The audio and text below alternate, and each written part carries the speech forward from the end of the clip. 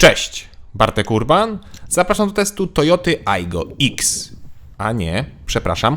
Toyota podobno prosi, aby czytać tą nazwę jako Toyota Aygo Cross. Więc jeszcze raz, cześć, Bartek Urban. Zapraszam do testu Toyoty Aygo X. Jest to już nowy Aygo trzeciej generacji, bowiem pierwsza generacja była produkowana od 2005 do 2014 roku, druga od 2014 do 2022 i od 2022 jest właśnie trzecia generacja. I ta trzecia generacja ma literę X, która oznacza, że jest to crossover. Tak, od teraz nowy Aygo występuje już tylko z X na klapie, nie ma zwykłej wersji. Dlatego też każde nowe Aygo ma plastikowe osłony wokół całej karoserii, które mają chronić potencjalnego nabywcę przed zarysowaniem od jakichś krzaków w terenie. Dodatkowo jest nieco wyższy prześwit, który ma podobno około 17 cm, czyli powinno wystarczyć na walkę z krawężnikami. Felga, pomimo iż jest duża jak na tak małe auto, bo ma aż 18 cali, ma też wystarczającą oponę o profilu 60, więc nie są to naleśniki, które od krawężnika mogłyby się uszkodzić.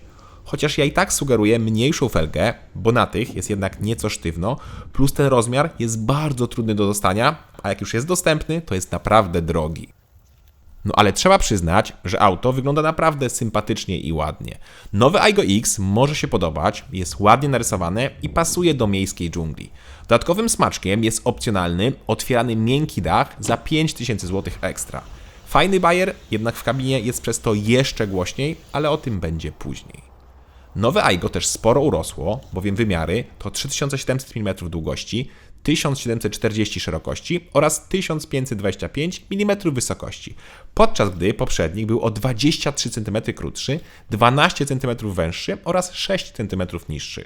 Chociaż ta większa wysokość obecnie to kwestia podniesionego zawieszenia i większych kół, a nie większej ilości w kabinie na głowę.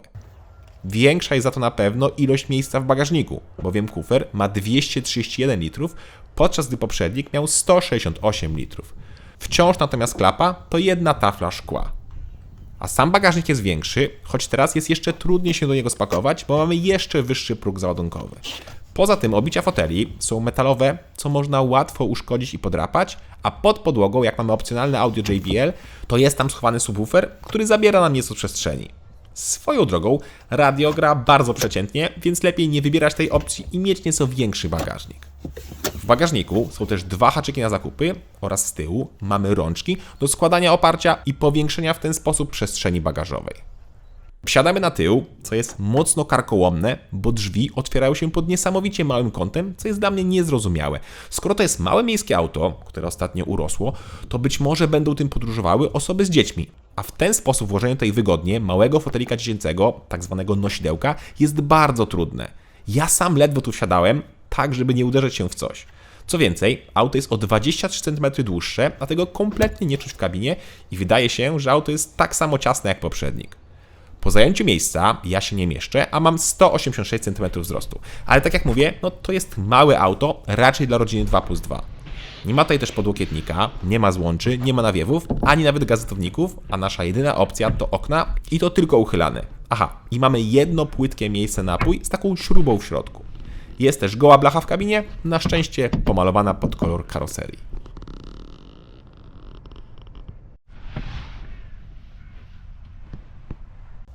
Wsiadamy więc z przodu. Tu jest więcej miejsca, fotel ma co prawda krótkie siedziska, ale akurat to mi nie przeszkadzało mocno. Gorzej, że kierownica jest regulowana tylko w jednej płaszczyźnie, co może spowodować, że nie każdy będzie siedział wygodnie. Fotel też dość brzydko marszczy się pod tyłkiem, wygląda to jakby ktoś nałożył za duży pokrowiec.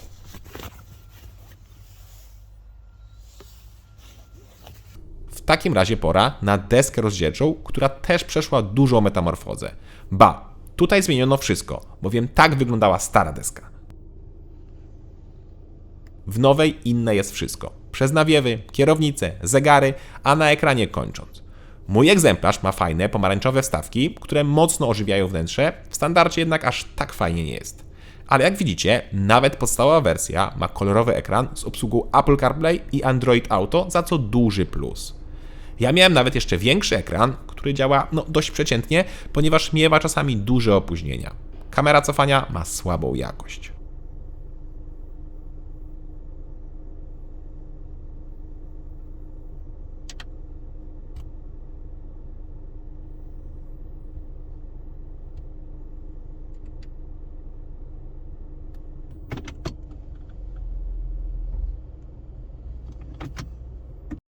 Drugi ekran to komputer pokładowy, który wygląda jakby ktoś położył telefon na zegarach. Na szczęście tutaj wszystko działa szybko i jest czytelne. Zresztą ergonomia jest dużą zaletą AIGO. Wszystko jest pod ręką, nic nie jest pochowane, większość funkcji ma fizyczne przyciski, to mi się podoba. Materiały już niestety nie aż tak, ale w sumie w tej klasie to jest norma. Większość jest twarda i niestety jest piano black. Spasowanie za to jest niezłe.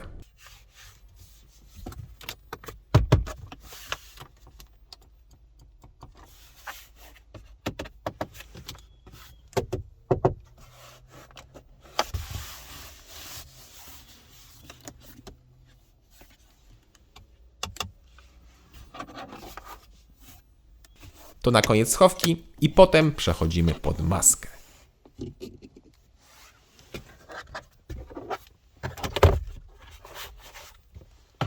A pod maską bez zmian, czyli tak samo jak w poprzedniej generacji, tak i teraz, do wyboru jest jeden silnik wolnossący, 3-cylindrowy 1.0 o mocy 72 koni i o momencie 93 Nm.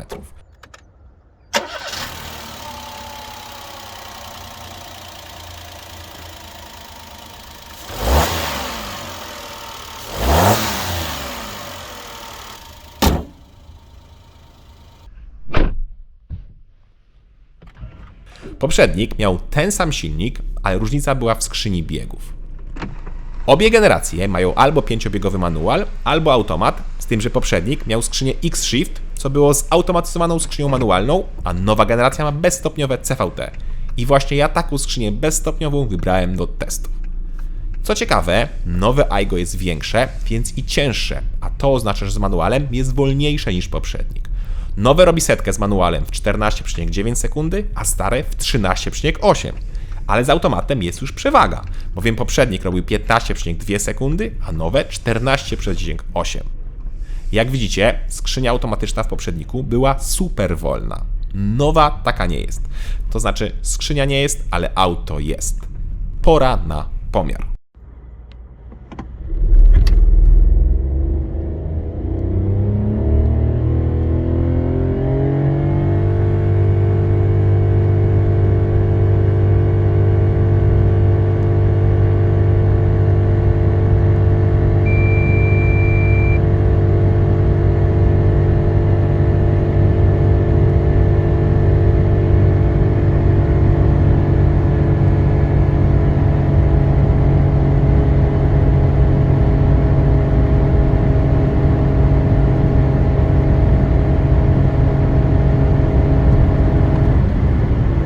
Równe 14,8 sekundy. Tak jak deklaruje producent. Jak słyszeliście, auto wyje i jeszcze raz wyje, co potęguje też dach materiałowy. Dodam też czas do 140 km/h, który wynosi 36 sekund. No nie jest to demon prędkości, a od tego warkotu można oszaleć.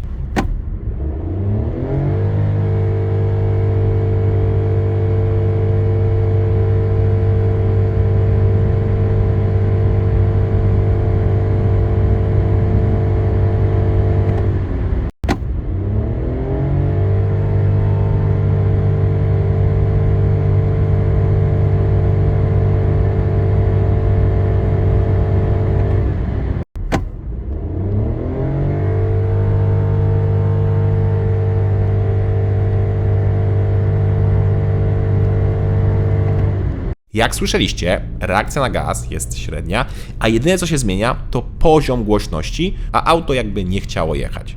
To jest typowe auto do miasta i spokojnej jazdy, chociaż nawet wtedy w kabinie jest głośno i słychać warkot silnika.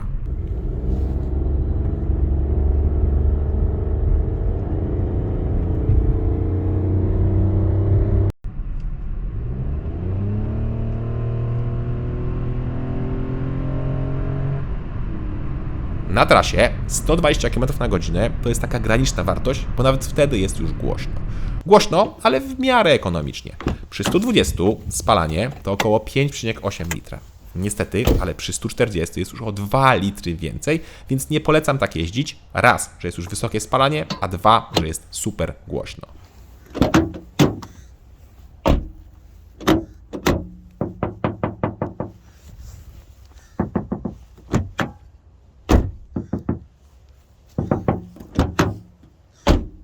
W mieście natomiast da się zejść nawet poniżej 5 litrów, chociaż ja raczej miałem wyniki na poziomie 6 litrów, co wcale nie jest rewelacyjnym wynikiem jak na tak małe auto. Bak paliwa ma 35 litrów.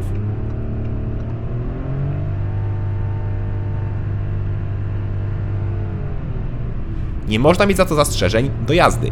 Mała Aygo w mieście sprawdza się bardzo dobrze. Jest zwinna, jest mała i mamy dobrą widoczność. Gdyby tylko była lepiej wyciszona, to byłoby idealnie. Aha, no i Aygo ma napęd tylko naprzód.